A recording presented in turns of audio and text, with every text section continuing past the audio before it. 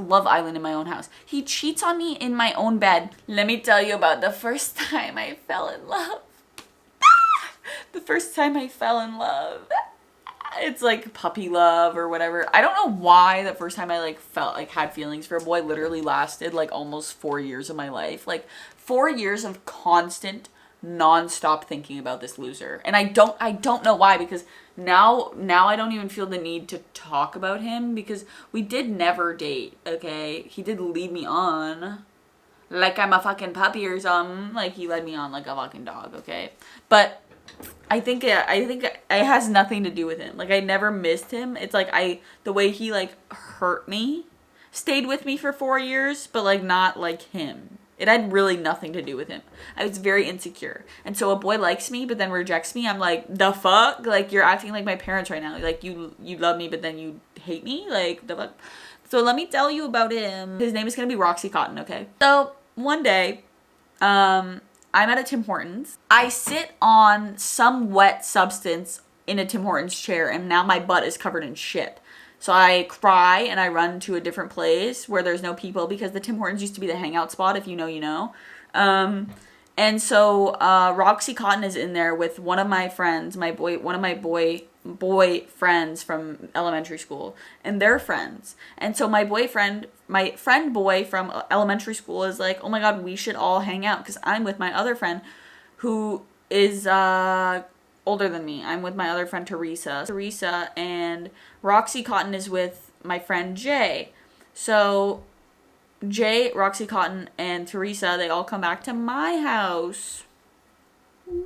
At this point in time, I had a crush on Jay all of elementary school, and I was obsessed with him. And I have a video from that night of me flirting with him, which is funny because I end up with Roxy Cotton the next day. So the next day after that night, we have a lot of fun. Roxy Cotton is like, okay, let's all hang out again, but at Teresa's house. Teresa's parents are not strict, and they're not home. Free base.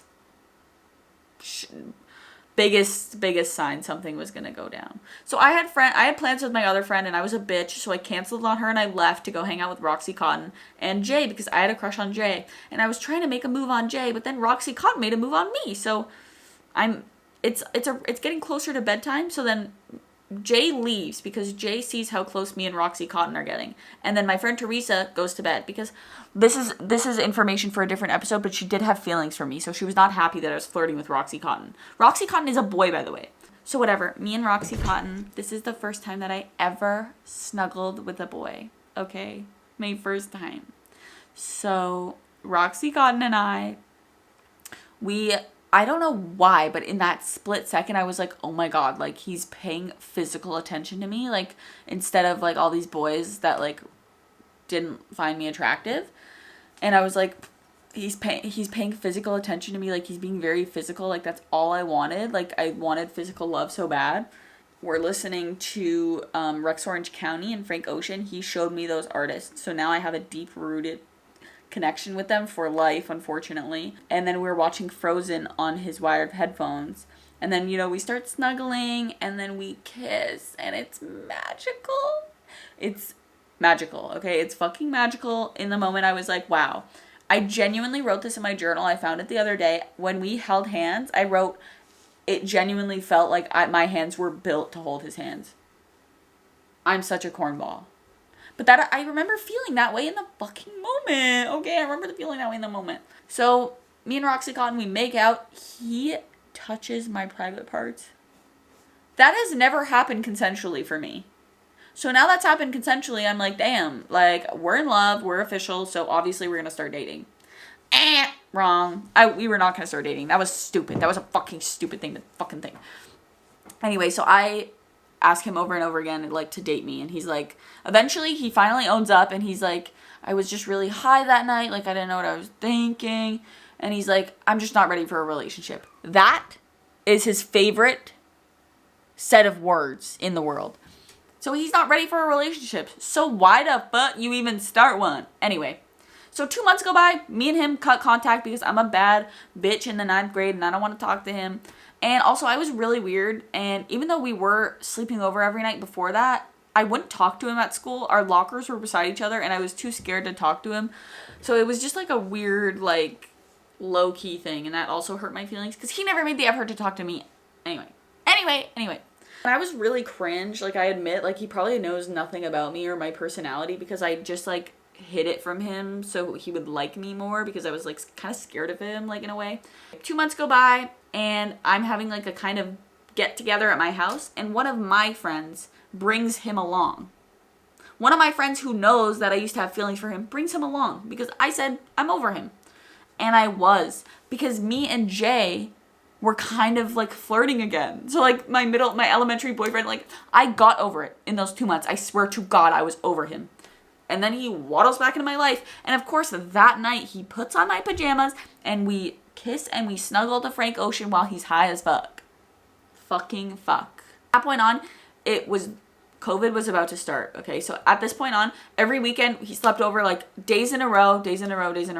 And he slept over a bunch during COVID too, like when it first started, before it was like serious. And that was great. It was just me and him a lot of the time. He was very flirtatious. He told me once that I was the prettiest girl he's ever seen. And nobody's ever said something like that to me before.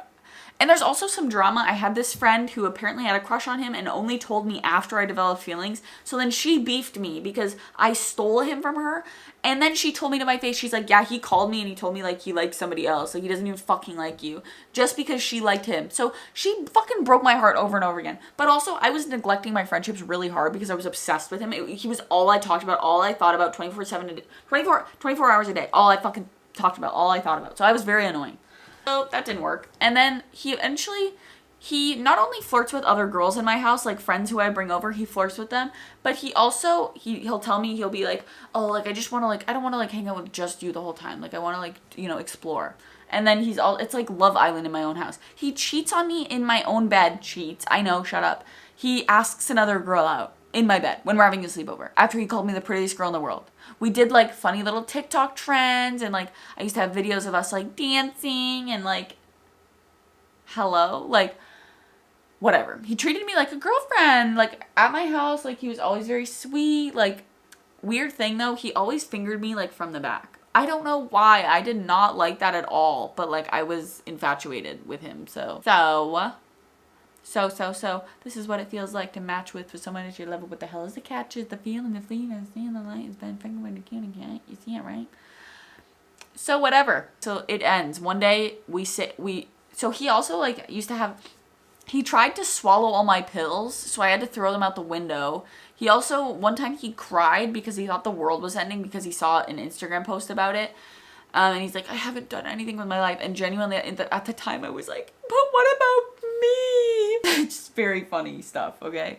He used to play this song, and it's called, like, If the World Was Ending. And he's like, if the world was ending, like, I'd come to you. And then I cried to him because I was like, you're gonna leave me. And he's like, I will never leave you. That's deadass something he said to me. So I'm like, okay, you're a lying ass bitch, but whatever. Okay, whatever. I was very cringe, okay? I gave him head when I had a cold, and you can assume where that went, okay? Snot, not a good look. Sniffling, not a good look, okay? Anyway, so we stopped talking after that, and yeah, we kind of like don't talk ever again, except like one time he for like actually 4 years, and up until this day, it's been 6 years, last month he requested me on Instagram 4 times. Leave me alone. Okay, like now it's like too far. My boyfriend doesn't even know who you are because you're like that unimportant to me. I just want to tell this story because it's embarrassing. And like I need views and money, like fuck off.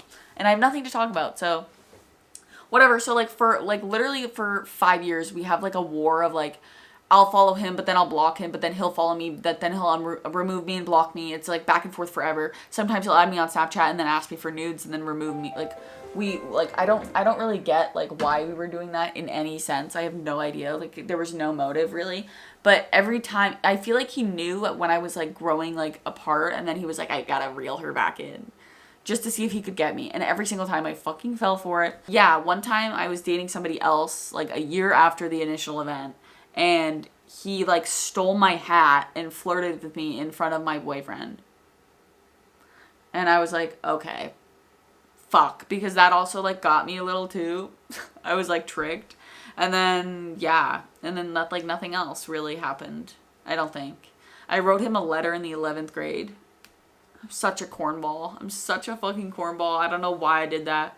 I don't know if I have that on my device anywhere. I'm never fucking reading that again in my life because what the fuck.